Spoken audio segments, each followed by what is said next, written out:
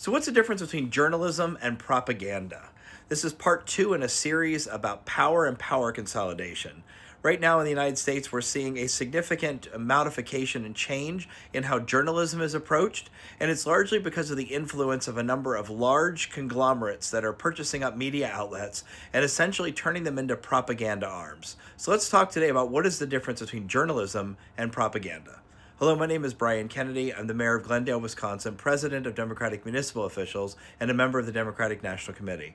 Follow me for local government and Democratic Party content. Journalism is an academic discipline. It's not unlike doing college level research. What happens with a journalist, the way they're taught to do their job in journalism school, is that they find information about a news event or something somebody said or a press release coming from a company, and then they go out to seek evidence to corroborate what that person said or to show that what that person said is false.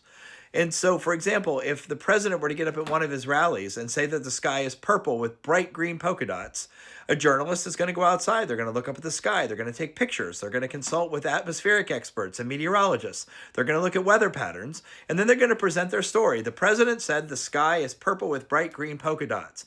I've spoken with all of these experts in the field, and here's what they have said about the president's statement.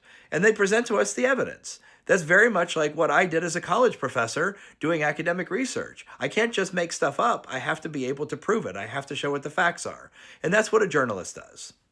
Now, a propagandist starts with a conclusion. They want people to be convinced of a certain thing, and so they will make a claim, and then they will find ways to convince people that that claim is actually correct without providing real evidence.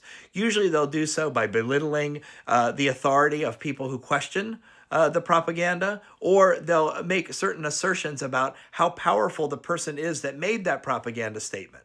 So, for example, that same example I gave earlier, Caroline Leavitt, the White House press secretary, will get up in the White House press briefing room and she will say, "How dare you question the president? The stock market is over 50,000. The economy is booming. This country is doing better than it has ever done in decades. This president is the best president this country has ever had." And she will belittle the journalists who question whether or not the sky is really purple with green polka dots.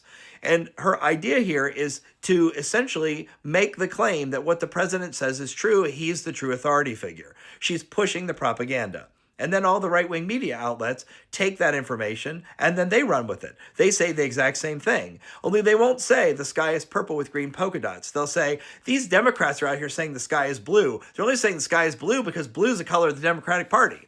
They make up crazy assertions to try and prove their propaganda without actually proving their propaganda. And they don't have the academic rigor behind what they say or what they do that a journalist does.